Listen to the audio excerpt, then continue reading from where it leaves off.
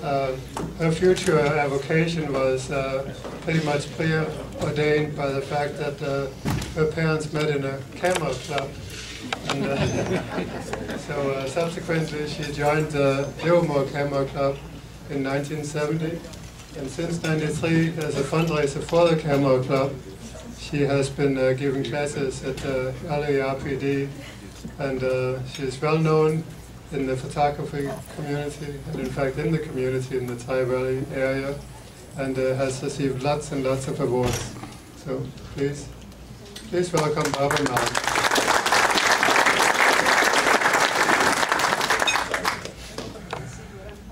Well, we also have another microphone. Would you like this one instead? Here's Here. sorry about it. Oh, that's much better. Okay. So then this goes. Does this work? Yes, it does. All right, I'll try to stand here. I'm in your way. I don't know. What can I do? Don't worry, Barbara. I'll be over here. There we go. I'm fine. All right. Oh. All right. So I think there are a lot of people here that could give this talk just as easily as I can. What I really decided to do was to try to just give you a hint of what you could do to make things a lot better when you go out and take pictures. This is really aimed at people that are point and shooters and not at the ones that are semi-professionals that I know around here. Okay, so the next one is the same thing. Okay, next. Okay, so the first thing you do is you have to hold your camera steady. If you wiggle it or jiggle it like I did here, I was on a boat, it's bouncing along, and I thought it was going to be such a great picture, and well, it's blurry. It's because the boat has got a motor in it, and even an 800th of a second wasn't fast enough. The next thing you need to do is to push your shutter release slowly. Don't go, because when you do that, you're going to jiggle the camera. You can, if you have a shutter speed that's sort of slow, and you can use the table, you can use a wall, you can use even somebody with you to help brace your camera, or better still, a tripod. But you need to keep your camera steady. Okay, next. And so I think people might recognize this person. Anyway, I thought, oh, what a nice picture. He's in the shade. I'm going to get a really good picture. And I put him right in the middle, which is a no-no. And I've got this table behind him and all this light stuff that's distracting from TJ doing this marvelous cooking job he did on last, I don't know, when was it, Sunday? Okay, so I cropped this photo, and this is probably what I should have taken in the first place, so I don't do it right either. And it's much better. I've eliminated the stuff that didn't matter in this picture. And that's one of the things you need to think about. You don't want to take a picture of the whole world.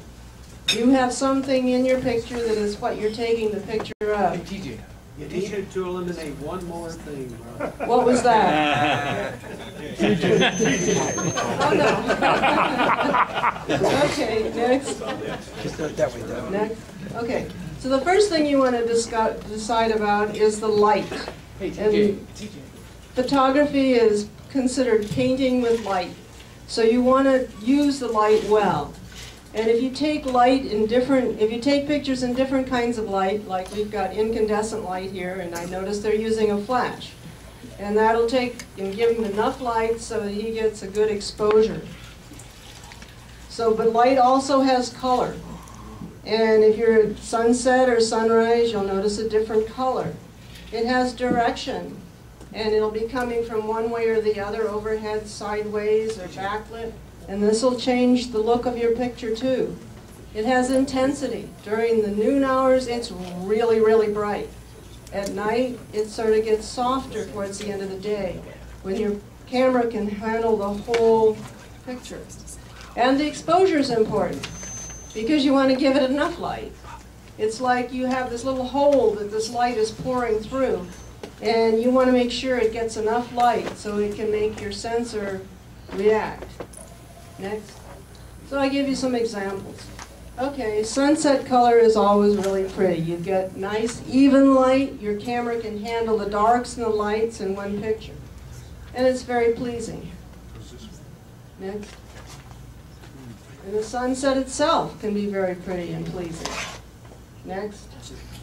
And then towards sunset, even direct sunlight doesn't completely wipe out my subject. But it does wipe out her wrinkles. And so you don't get this harsh shadows that you get with flash, but it does help on us older people. Okay, next. If you take pictures in bright daylight, well, you get very harsh shadows. The back of the board doesn't even show what color it is. So, you know, you're there during the middle of the day, and that's when you have to take the picture. Well, of course, take it. But realize that if you could take it a little later in the day, or even use a fill-in flash with him, it would help. Next. Candlelight, you need to have a long exposure, and also a fill-in flash will help. But it gives very nice light on all your subjects. Next. And then there's overcast light. And this was really sort of a surprise that even this would be pretty contrasty. But the sun was under a cloud.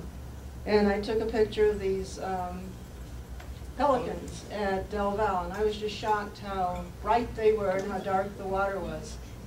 But I thought it looked very striking. Okay, next. And if you use a flash, like I said, she doesn't need any wrinkle removal. But it's really a very flat light. And you can see there's sort of a harsh shadow under her chin showing where the light's coming from. But I think we use a lot of these kind of pictures just as pictures to remember the scene by. Remember how happy your grandchild was on her 7th birthday. But again, look how I've cropped it. I don't have too much in it. Next. And then the kind of light that I find is easiest to work with is the window. In this one, the light is coming from behind the picture, above and behind, and I've got a green board behind the orchid. And you can see it's all nicely rim lit and shows up very strikingly that way. Another one I like is window when it's hitting when it's hitting the subject, but not in full force. It's not sunlight, it's just light coming in the window. And if you work with that kind of light, you'll get really much better images usually. Next. But if you give them too much light, then you can't even see maybe what you took the picture of. So you have to pay attention to that. Or if you give it too little light, next picture, you can't see what you're looking at either. So what you can do is on the back, I mean this wasn't quite what I wanted, but it worked. You can see on the back of your camera, usually you have a histogram. Most cameras will show you a histogram if you push the menu. And if you can see that, you can see that the black, there's a little bit of black, there's a little bit of white. You'd really like less black and less white. And your picture should have all of this curve filled in with light between those two, white, and black. And if you do that, you'll get a much more usable photo. Okay, next. The other thing is composition. And that's what I did with TJ. I cropped the part behind him that didn't look good. So there's one of these concepts is called a rule of thirds. And it's sort of like a tic-tac-toe game on your picture. And if you, where those different lines cross, if you can get your picture into that, you'll have a more interesting image. A diagonal line of images or objects will give you a more interesting image. You'll have some leading lines, S-shaped curves, something going, a road going into your picture. That will help draw attention to your picture. And then you frame the picture with darkness at one side or lightness to show your center of interest more. So I'm going to give you some examples. Next. Okay, this is the rule of thirds. This is the way I took the picture. I take pictures and make a big mess of them. I do things with them in Photoshop. Usually it's cropping. cropping is a very, very important thing. 'Cause you can take a picture that, well, what was I focusing on? The head of the butterfly. So it's right in the middle. And that isn't the most interesting place to put it.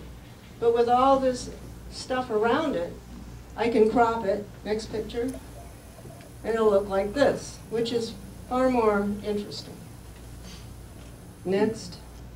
Okay, this was the way I took the picture.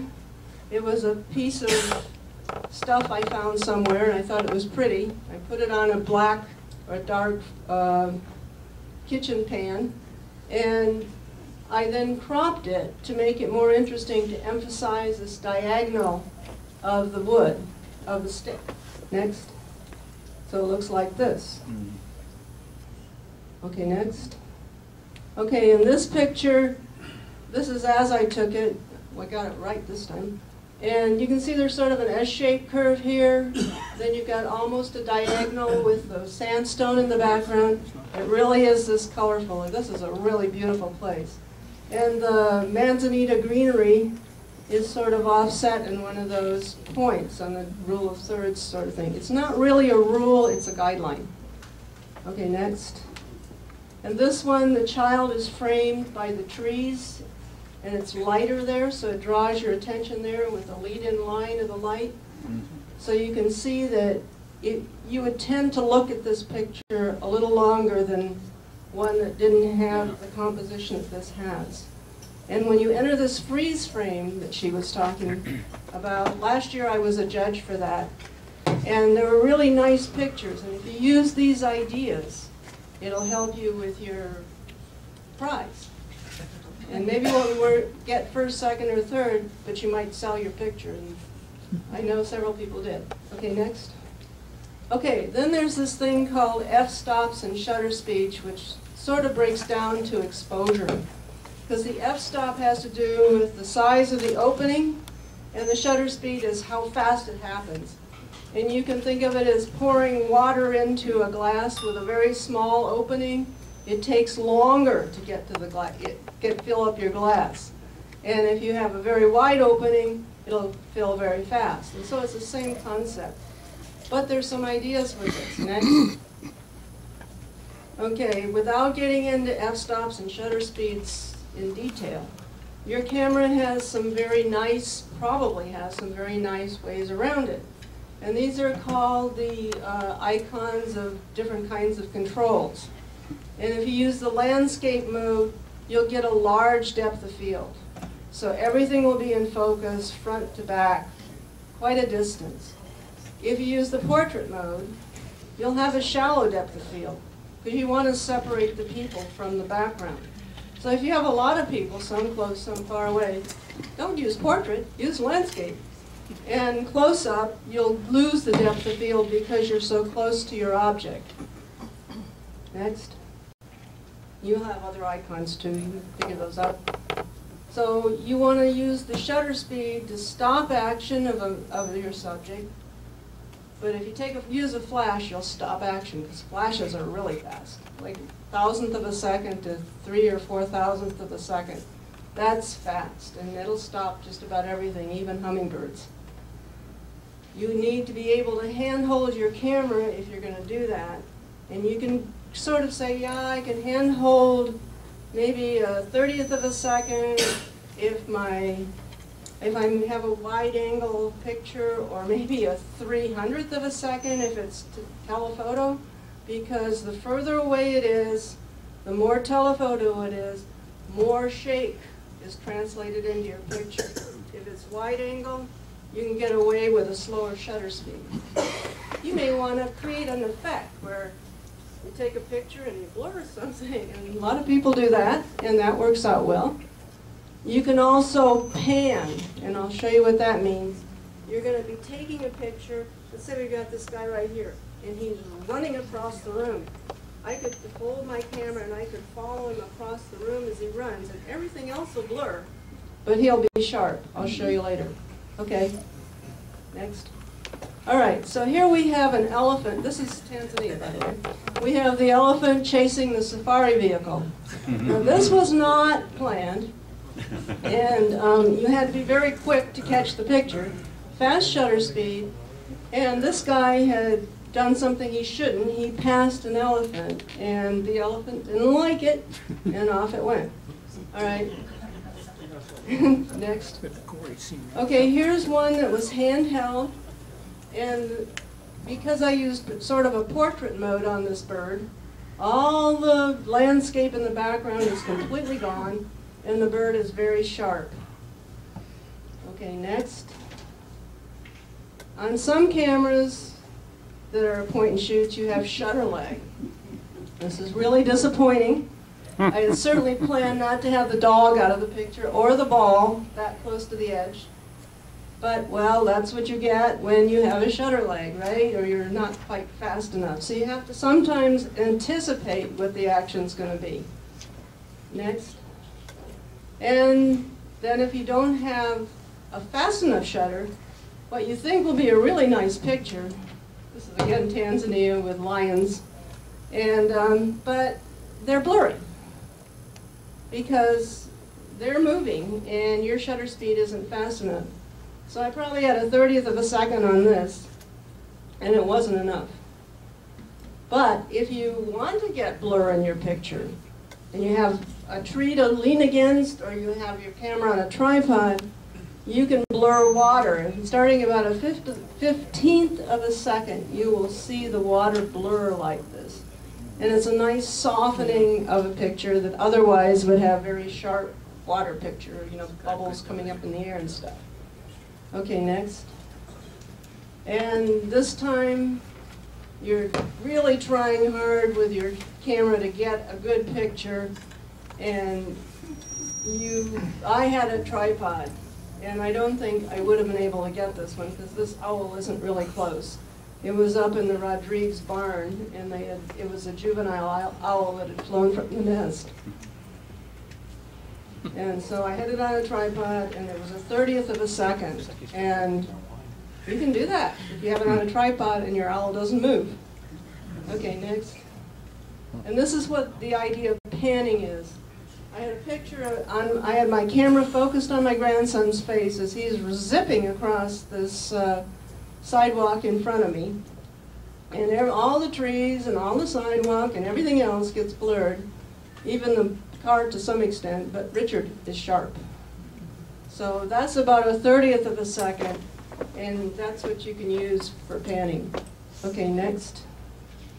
Then the other thing is the focal length of your lens. I've been talking about wide angle and telephoto and normal. So what are some of the examples of this kind of pictures? Okay, if you have a telephoto lens, the finch is way up in this almond tree, and there's no way I could get this picture. That bird wouldn't let me get that close without a telephoto lens.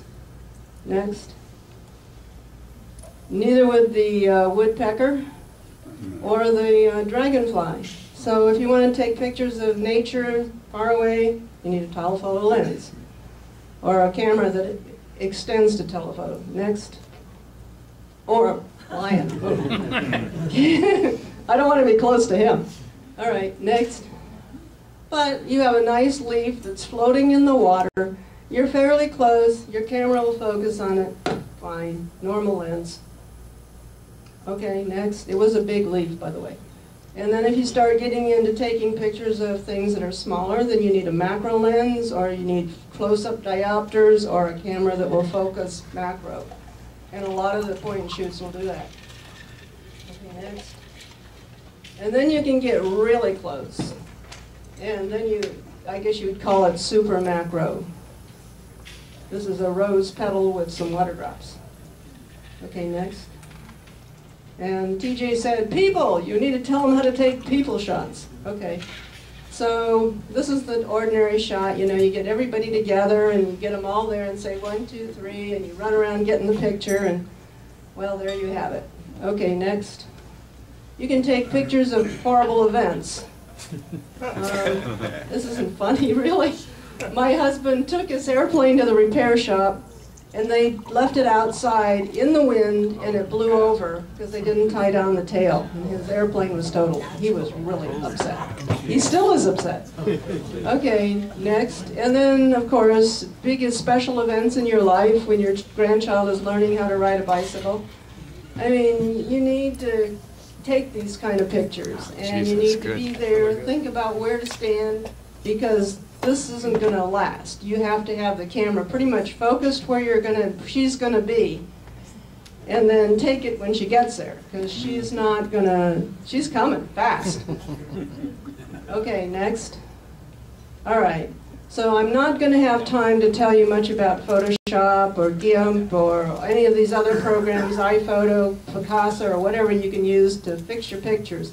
But I highly recommend you find one and use it. Next. So when you get a picture of this night heron up there in the tree at Del Val, what can you do to it?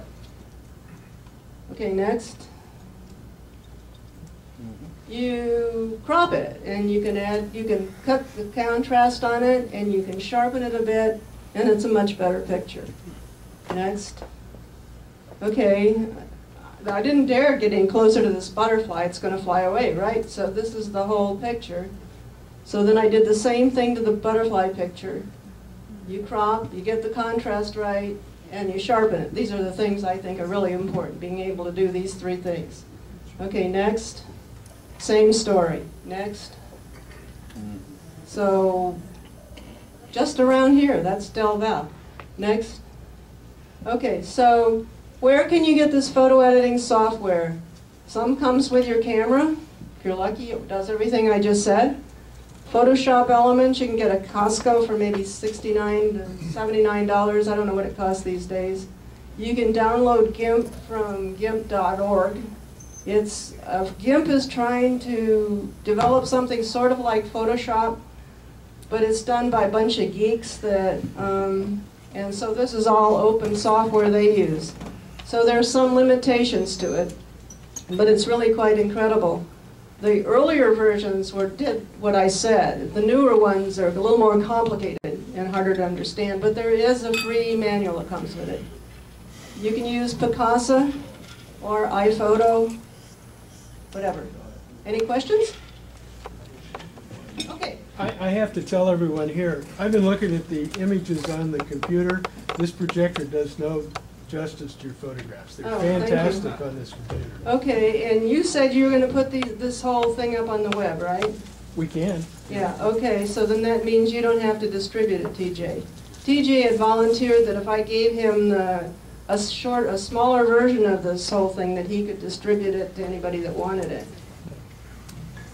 So well, I'm not sure. Well, you might. I can give you a smaller version. I have a smaller version. What? Of the whole presentation? Of the whole presentation. Yeah. We can. Okay, anybody else have a question?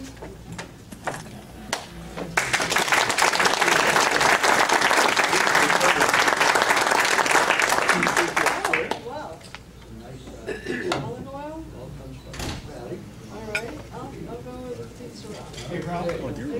Yeah. She can tell you to get out of the light and over this way. Get her light. Now you're in there. Dave has an announcement. You sit down. On your tables is a flyer that I put regarding the annual fundraiser for Quanticam. It's our Festa of the Americas. It's going to be Saturday the 13th of October. It's going to be fabulous. We're going to have Chilean singers, a Bolivian children's dance. Dr. Rojas, who you've heard before, is going to play classical guitar. Then we're going to have a Peruvian dancer. So it's going to be a wonderful evening of entertainment at the firehouse. The flyers are on your table, and it's for Quanticam. We've since 1979, Quanticam has rehabilitated over 100,000 children in Latin America who've been badly burned. And it's all done free for the children. This is a fundraiser for them. Our Tri-Valley area here, the Rotary clubs here, since 1992, or actually including Alameda, have raised over $700,000, including matching grant funds of $85,000, $90,000, 400,000 plus 3H grant. And finally, we raise about $25,000 a year at our fundraiser here. So please read this and enjoy coming to it and ordering tickets. Finally, we also have a drawing, and that's round trip ticket for 2 on Taka Airlines to any place, you go from San Francisco to any place in Latin America that Taka flies. And the tickets are $10 a piece. Checks are made out to Quanticam BCF, and so it's a tax-deductible charitable cause. But you have a chance to raise to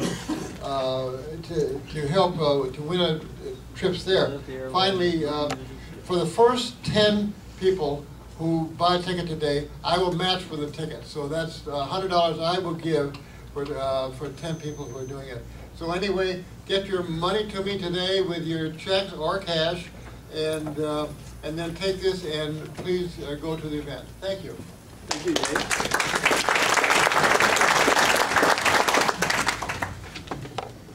Okay, we've got a drawing here today. It's not as big as it was when I won it 2 weeks ago. Anyhow, let's have our greeter give us a number here.